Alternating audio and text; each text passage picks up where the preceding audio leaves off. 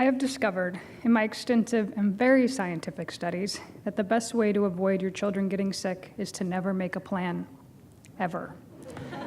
If you make a plan months in advance, you should probably make a doctor's appointment just around that time too, because science. It's 2 a.m. and I'm up with my sick, snotty, 6-month-old baby boy. He and I have plans to drive 2 hours to visit several friends in the morning.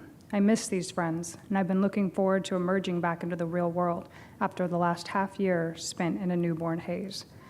But baby Daniel and his stuffed-up nose aren't quite ready for the change in scenery, it would seem. I'm up throughout the night with the sick baby, and am overjoyed when the 2-year-old wakes up with a runny nose as well. Now, instead of having a nice brunch with old friends, I will be spending the day tending to 2 sick kids. The words Snot, Faucets are used to describe their faces, just to give you a glimpse into the glamour that is parenting. We recently sold our house, and the inspector is coming by today to look it over.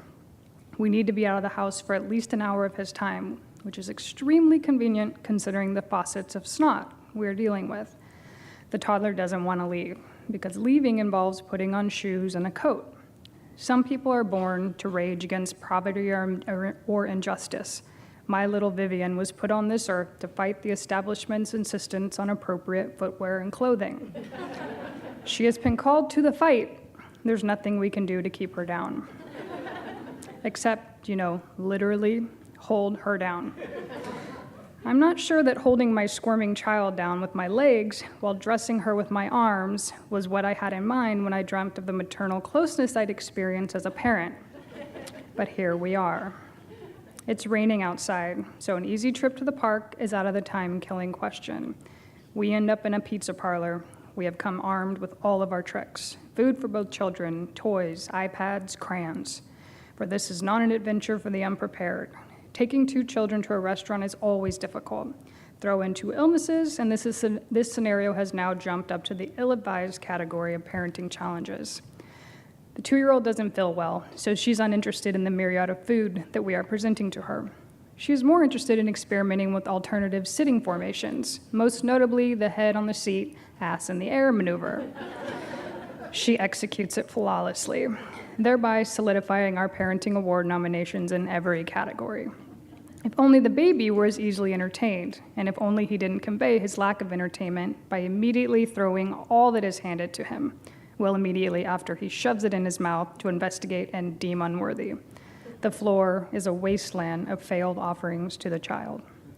In fact, I don't think he will ever truly be at peace until he has rid the tabletop of all that covers it. His continuous lunging, flailing towards anything and everything on the table has become a bit obsessive.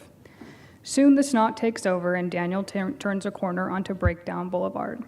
I stand up with him on my hip, bouncing in an effort to distract him. The 2-year-old looks up as she is pulling off her shoes. She sees me and hears music playing on the stereo. Dancing, Mommy? I smile and nod, motioning over to me. Sure, let's dance. So here we are in the middle of a pizza parlor, one of us with no shoes on because we are classy like that. We're spinning, we're singing, we're moving to whatever beat we can find. Both kids are cracking up, and for a brief moment, they are undeterred by their phlegm. And just like that, this has turned into one of my favorite days.